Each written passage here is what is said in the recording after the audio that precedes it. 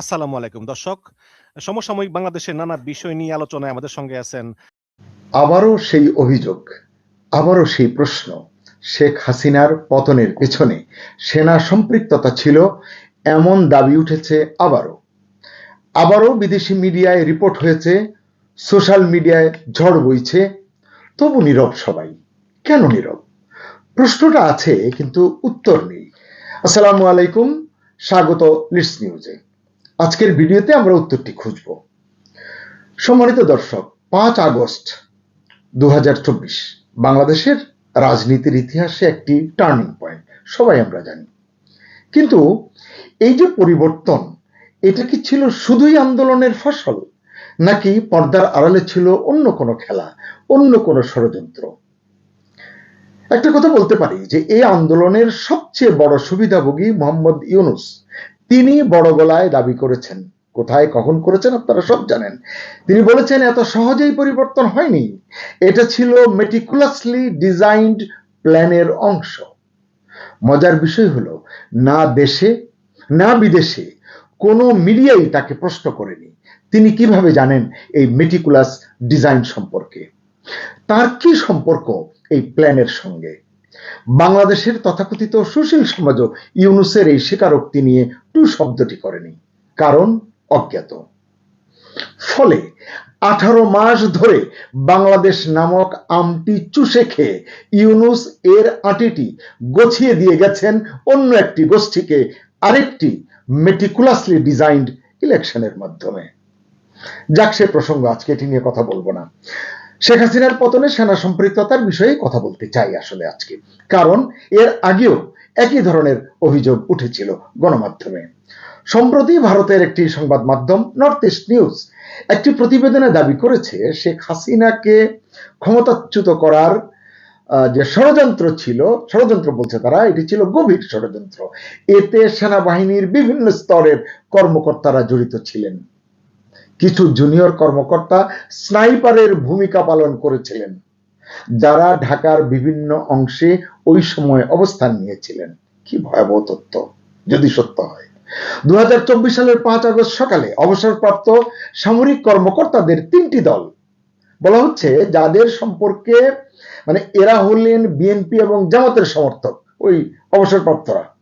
তারা Mirpur defence officers housing society এবং Mohakhali DOHS এ জড়ো হয়েছিলেন। একটি দল ঢাকা রিসিপি চত্বরের দিকে, আরেকটি জাহাঙ্গীর গেটের দিকে এবং তৃতীয় দলটি মহাখালী রেলগেট পেরিয়ে বনানী ডিওএইচএস এর দিকে রওনা হয়েছিল, যেখানে অবসরপ্রাপ্ত কর্মকর্তাদের আরো একটি দল অপেক্ষা করছিল। বুঝুন কি মেটিকুলাস ডিজাইন। এই মিছিলগুলোতে আমাদের এখনই একটি সেনা সরকার চাই, কোট আনকোট, এই স্লোগান দেওয়া হচ্ছিল বলে প্রতিবেদনে দাবি করা হয়েছে। এতে বলা হয়েছে, জাহাঙ্গীর গেটের দিকে অগ্রসরমান দলটিতে ছিলেন অবসরপ্রাপ্ত ব্রিগেডিয়ার জেনারেল শাকাওয়াত হোসেন, যিনি ইউনূসের অন্তর্বর্তী সরকারের উপদেষ্টা হয়েছিলেন। প্রতিবেদনটি বলছে, ডিজিএফআই এর তৎকালীন কাউন্টার ইন্টেলিজেন্স প্রধান ব্রিগেডিয়ার জেনারেল আহমেদ তানবীর মাজহার সিদ্দিকী তাকে ফোন করে বলেন, শাকাওয়াত সাহেবকে বলেন, স্যার আপনি একটি স্নাইপার জোনে প্রবেশ করেছেন, আর অগ্রসর হবেন না, তার জীবন ঝুঁকির মুখে।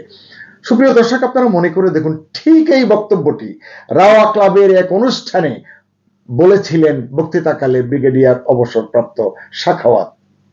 তার এই অভিযোগটির অন্তত একটি সাক্ষ্য প্রমাণ তো পাওয়া যাচ্ছে। ব্রিগেডিয়ার শাখাওয়াতের ওই যে ভিডিওটি, ওই কথাটি, ওই ক্লিপটি ইউটিউব এবং ফেসবুক খুঁজলেই পাবেন। এটির জন্য তিনি আলোচিত, সমালোচিত হয়েছেন ব্যাপক। এদিকে গত 6 এপ্রিল এবছরের এক টেলিভিশন সাক্ষাৎকারে সাবেক উপদেষ্টা আসিফ নজরুল বলেছেন, 2024 সালের 5 আগস্টের 8 দিন আগে একজন সেনা কর্মকর্তা তাকে স্নাইপারদের থেকে সতর্ক থাকতে বলেছেন। বুঝুন, স্নাইপার নিয়ে কি হাইপ তোলা হলো। যে স্নাইপাররা ততদিনে ঢাকার বিভিন্ন অংশে অবস্থান নিয়েছিল। আসিফ নজরুলের সাক্ষাৎকার এবং এই প্রতিবেদনের, নর্থ ইস্টের প্রতিবেদনের দাবি অনুযায়ী এটাও আসলে তাহলে উড়িয়ে দেওয়া যাচ্ছে না। ওই সেনা কর্মকর্তা আসিফ নজরুলের বাড়িতে বা বাসায় তার সাথে দেখা করেছিলেন, আসিফ নজরুল বলেছেন, কিন্তু তিনি ওই কর্মকর্তার নাম পরিচয় প্রকাশ করেননি। আসলে এগুলো তদন্তের আওতায় আসলে সব ঘটনা জাতির ইতিহাসের কারণেই কিন্তু এগুলো উন্মোচিত হওয়া দরকার। 2024-এর আন্দোলনে আপনারা একবার মনে করে দেখুন, এই স্নাইপার ইস্যুটি জনমনে কেমন ক্ষোভ সৃষ্টি করেছিল এবং শেখ হাসিনার সরকারের বিপক্ষে সকলকে ক্ষুব্ধ করেছিল। আমরাও ক্ষুব্ধ হয়েছিলাম। এভাবে পাখির মতো মানুষ হত্যা করা কোনো সরকারের কাজ হতে পারে না। কিন্তু আসলে ভেতরের গুড় তো আসলে অন্য খেলায় ব্যস্ত ছিল। সবাই জানেন গণভবন অভিমুখে পদযাত্রার ডাক ছিল 6 আগস্ট, এটি তো আপনারা জানেনই। কিন্তু হঠাৎ সেই কর্মসূচি এগিয়ে আনা হলো 5 আগস্ট। হঠাৎ করে দেশে তখন কারফিউ চলছিল, মনে করে দেখুন। বিএনপি জামাত সমর্থক এবং সরকার বিরোধী বিক্ষোভকারীদের রাজধানীতে প্রবেশ আটকাতে ঢাকার প্রবেশ পথগুলোতে গোলন্দাজ বাহিনীর নেতৃত্বে ব্যারিকেড বসানো হয়েছিল।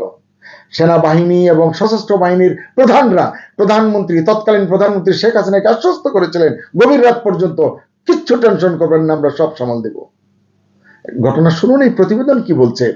উত্তরার প্রবেশ পথে 5 তারিখের জন্য দায়িত্বে ছিলেন ব্রিগেডিয়ার রফিক।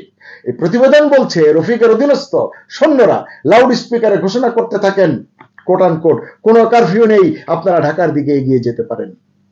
জনতা প্রথমে বিশ্বাস করেনি, আসলে সেনাবাহিনীকে বিশ্বাস করে মরবে নাকি। কিন্তু সেনাদের ক্রমাগত যে স্বাগত জানানোর ভঙ্গিতে তারা শেষ পর্যন্ত আশ্বস্ত হয়ে ঢাকায় প্রবেশ করেন, জনতা প্রবেশ করেন। ইউটিউবের বরাতে একাধিক সূত্রের মাধ্যমে আপনারা এটাও জেনেছেন যে 2024-এর 4 আগস্ট রাতে বিএনপি চেয়ারপারসনের তৎকালীন নিরাপত্তা উপদেষ্টা মেজর জেনারেল অবসরপ্রাপ্ত ফজলে এলাহি আকবর সেনাপ্রধান জেনারেল ওয়াকারুজ্জামানের সাথে যোগাযোগ করেছেন। আসলে বলা হয়েছে তাকে ডাকা হয়েছে, এটি ভিডিও ক্লিপও ইউটিউব ফেসবুকে আছে। আসলে যে তাকে ডেকে পাঠিয়েছিলেন সেনাপ্রধান জেনারেল ওয়াকার, তিনি পারেন কিনা।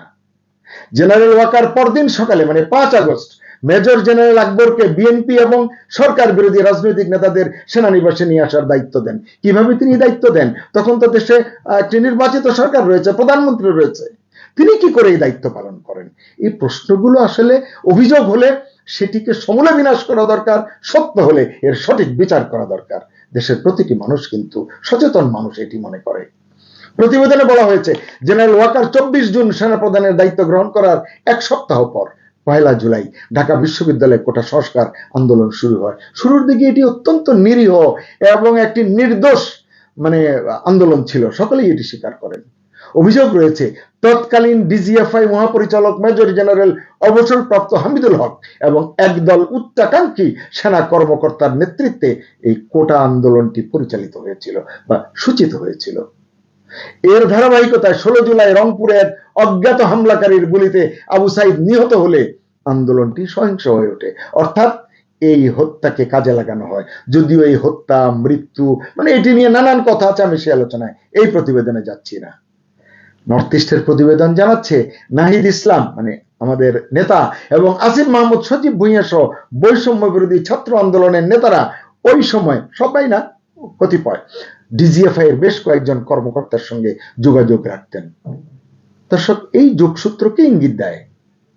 সবচেয়ে চমকপ্রদ তথ্য হলো এর আগে একটি কথা বলি, এই যে যোগসূত্রের কথা বলা হচ্ছে, ডিজিএফআই বা সেনাবাহিনীর কোন সদস্য এটি পারে কিনা। যাই হোক, যে চমকপ্রদ তথ্যের কথা বলছিলাম সেটি হলো ঢাকাস্থ মার্কিন দূতাবাসের কতিপয় কর্মকর্তার সঙ্গেও তাদের যোগাযোগ ছিল। নর্থ ইস্ট লিখেছে কোটা আন্দোলন দমনে বাংলাদেশ পুলিশ রাবার বুলেট এবং পেলেট শট ব্যবহার করেছে।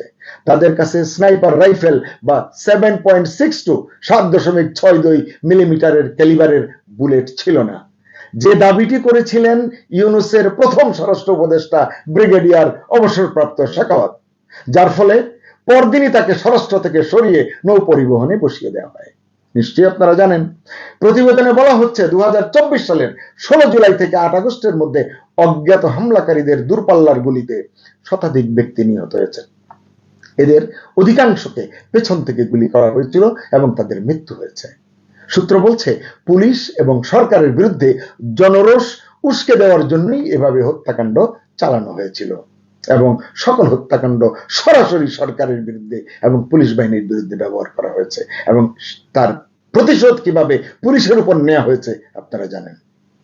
আপনাদের নিশ্চয়ই এটাও মনে আছে তখনকার এসব হত্যাকাণ্ডের জন্য পুলিশ এবং শেখ হাসিনার ওপর দোষ চাপিয়ে সুশীল সমাজ থেকে আরম্ভ করে বাংলাদেশের গণমাধ্যম সকলে কি ধরনের একটা প্রপাগান্ডায় লিপ্ত হয়েছিল।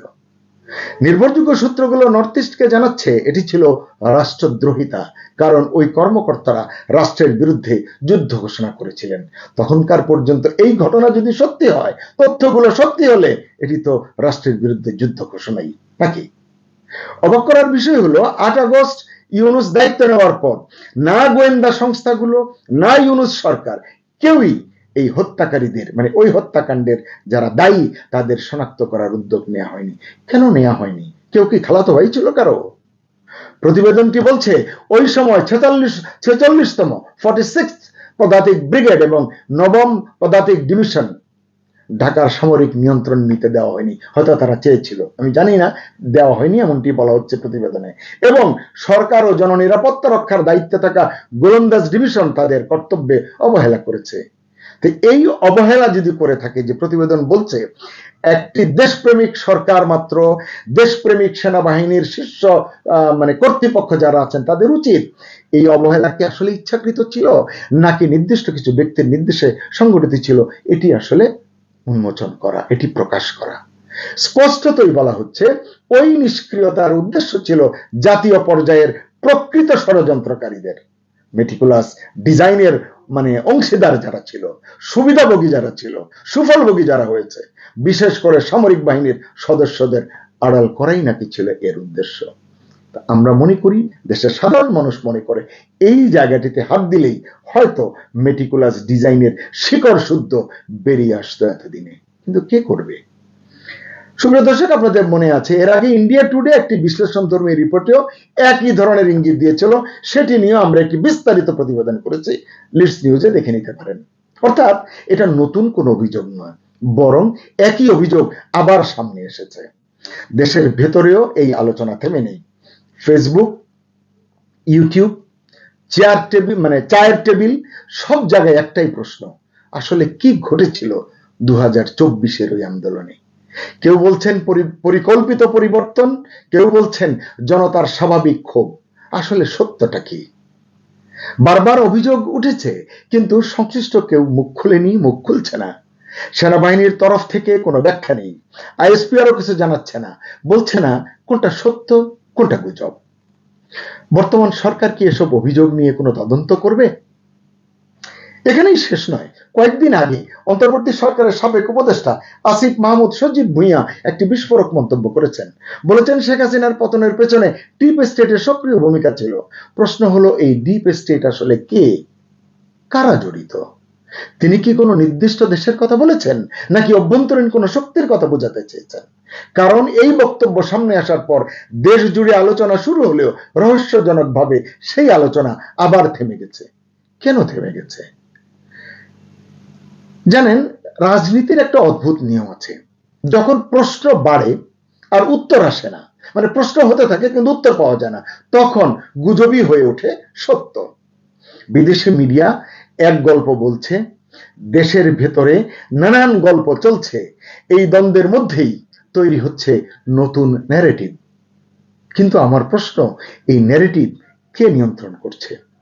কার ইশারায় দেশের মিডিয়া এবং সুশীলরা চুপ করে আছেন বা চুপ করে থাকেন? লিডস নিউজ বলতে চায়, যদি অভিযোগগুলো ভিত্তিহীন হয় তাহলে স্পষ্ট করে বলা হচ্ছে না কেন? আর যদি সত্যিই এখানে এমন নির্মম সত্য লুকিয়ে থাকে, রাষ্ট্রদ্রোহের মতো ঘটনা যদি থাকে সেনাবাহিনীর বিরুদ্ধে বা কোন শক্তির বিরুদ্ধে, সেটাই বা জনগণের সামনে আসছে না কেন? আইন আদালতের সামনে আনা হচ্ছে না কেন? বারবার একই অভিযোগ, বারবার একই ধরনের নীরবতা, এটা কি কাকতালীয় নাকি এর পেছনে আছে আরো বড় কিছু? দেশের মানুষ জানতে চায় 5 আগস্টের পেছনের আসল গল্পটা কি। গুজব নয়, গল্প নয়, সত্যটা জানতে চায়। দর্শক, আপনার কি মনে হয়, সংশ্লিষ্টরা কি মুখ খুলবেন? অপরাধীরা কি শাস্তির মুখোমুখি হবেন? কমেন্টে জানান আপনার মতামত। ভালো লাগলে ভিডিওটি শেয়ার করুন, চ্যানেলটি সাবস্ক্রাইব করে লিডস নিউজের সঙ্গে থাকুন। সবার জন্য শুভকামনা। আল্লাহ হাফেজ।